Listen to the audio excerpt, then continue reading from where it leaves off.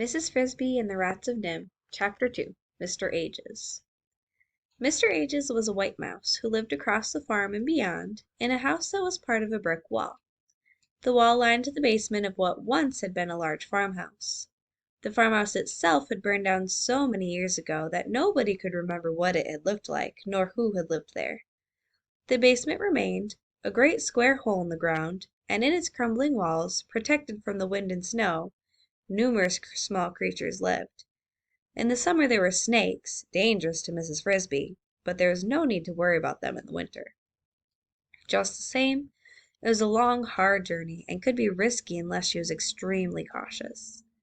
It was so far, in fact, that Mrs. Frisby would not ordinarily have set out so late in the day, for fear that the dark would catch her before she got back. But Timothy obviously could not wait until the next day. So only 5 minutes after she had announced that she must go, she was gone. If she'd been able to follow her nose, that is, to take the shortest route to where Mr. Ages lived, her journey would have been easy enough. But since that would have led her close to the farmhouse and the barn, and since the cat stalked those grounds relentlessly, she had to plot a much more roundabout way, circling the whole wide farmyard and sticking to the fringe of the woods.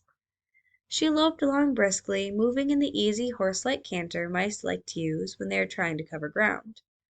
Her progress was almost completely noiseless. She chose her path where the earth was bare or where grass grew, and she avoided dead leaves, which would rustle and crackle even under her small weight. Always she kept an eye out for hiding places, logs, roots, stones, things to scurry under if she could meet a larger animal who would be unfriendly. For though the cat was number one, there were other things in the woods that chased mice. And as she did all this, she worried about Timothy and hoped that Mr. Ages would know something that would help him. It was more than 2 hours later that she saw she was getting close to the brick wall where he lived.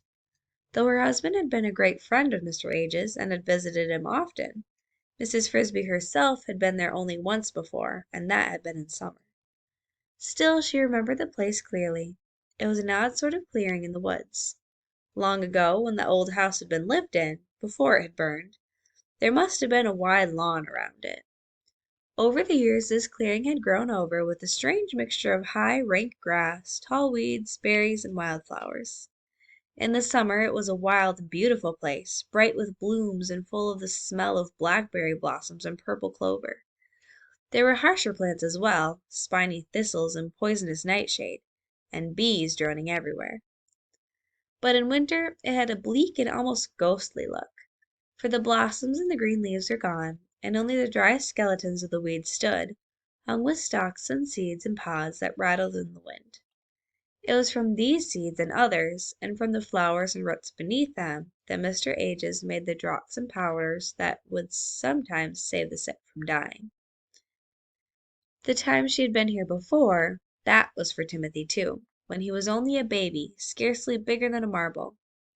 He had wandered, while playing with the other children, a little way away from them, and had been bitten or stung by something poisonous. They did not know what. When the others found him, he lay curled in a ball, paralyzed and scarcely able to breathe. That time her husband, Mr. Frisby, had been alive, and between them, taking turns, they had managed to carry Timothy to Mr. Ages' house. It was a sad and frightening journey, and when they arrived they had been afraid he might already be dead. Mr. Ages looked at him, examined his tongue, felt his pulse, and found a small red lump near his neck. "Spider," he said. "Not a black widow, but bad enough." He had forced a few drops of milky liquid into Timothy's mouth and held him up upright so that it could trickle down his throat, for Timothy could not swallow. In a few minutes his small muscles had unlocked, and he was able to move his arms and legs. "He'll be all right," said Mr. Ages, but weak for a few hours. The trip back home had been a happy one, and the other children were wide-eyed with joy to see Timothy alive. Yet Mrs. Frisby thought that this had been the beginning of his frailness. From that time on he tended to stumble a little when he walked, especially when he was tired. He never grew as big or as vigorous as his brother Martin, but he thought a great deal more, and in that he resembled his father. Now she reached Mr. Ages' house, a hole in the brick wall where one end of a heavy floor beam had once rested. It was about 2 feet below the top of the wall, and one reached it by climbing down a sort of rough stairway of broken brick ends. She knocked on his door, made of a piece of shingle. Oh, let him be in, please, she thought, but he was not. There was no answer. So she sat down to wait on the narrow ledge of brick in front of his door. Half an hour passed, the sun sinking lower in the west all the time, before she heard a slight scratching noise up above, and there he came carrying a cloth sack bulging with some kind of lumpy material. His fur was a soft gray-white, and so glossy he seemed almost to glow. Mrs. Frisby had heard that Mr. Ages was not truly a white mouse. That is, he had not been born with white fur, but had turned white from old age. Whether this was so or not, she did not know. Certainly he seemed very old and very wise, yet he walked nimbly enough. "Oh, Mr. Ages, I'm so glad you've come," she said. "I don't suppose you remember me, Mrs. Frisby." "Of course I remember you, and I was sad to hear about poor Mr. Frisby. How is your young son? Timothy, was it?" "It's about him I've come to see you. He's taken terribly sick." "Has he? I was afraid he might turn out to not be as strong as the others." "I had hoped you might be able to help him." "That may be. Come in, please, so I can put down the sack." Mr. Age's house, somewhat larger than a shoebox, but about the same shape, resembled the house of a hermit. It was bare of furniture, except for a bit of bedding in one corner, a stool made of a piece of brick, and another piece of brick worn smooth from use as a pestle on which he ground out his medicines. Along one entire wall, arranged neatly in small piles, stood the raw materials he had collected: roots, seeds, dried leaves, pods, strips of bark, and shriveled mushrooms. To this row he now added the contents of his sack. It held a number of small plants, all of them the same kind, with stringy roots and dark veined green leaves that looked like mint. "Pipsua," said Mr. Ages, "botanically, Chimpaphila umbellata. It stays green all winter, and makes a very useful spring tonic. Most people only use the leaves, but I have found the roots even more effective." He arranged the plants in an orderly pile. "But that's not what you're here for. What's wrong with young Timothy?" "He has a very high fever. He's delirious. I don't know what to do." "How high?" "So high that he feels burning hot to the touch, runs with perspiration, and yet he shivers with cold at the same time." "Keep him wrapped up in a blanket." "I do." "And his pulse?" "So fast that you cannot tell one heartbeat from the next." "His tongue?" "So coated that it looks purple." "How does he breathe?" "He breathes very rapidly, and the air rasps in his chest. He said at first that he could not get his breath." "But he does not cough?"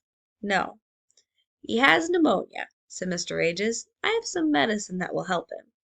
But the most important thing is to keep him warm, and he must stay in bed." He went to the back of his house, and from a ledge formed by a projecting brick, he took 3 packets of medicine, powders neatly wrapped in white paper. "Give him one of these tonight. Mix it in water and make him drink it. If he's still delirious, hold his nose and pour it down his throat. Give him the second one tomorrow morning, and the third the next morning." Mrs. Frisby took the packages. "Will he get better?" she asked, dreading to hear the answer. "He will get better this time. His fever will be less on the second day, and gone the third, after he has taken all the medicine. That does not mean he will have recovered. His lungs will still be terribly weak and sensitive. If he gets the least bit cold, or breathes cold air, even a breath or two, the pneumonia will surely come back worse than before, and the second time he may not recover. This will be true for at least 3 weeks, and more likely a month. And after that? Even after that he should be careful, though we may hope by then the weather will be warmer."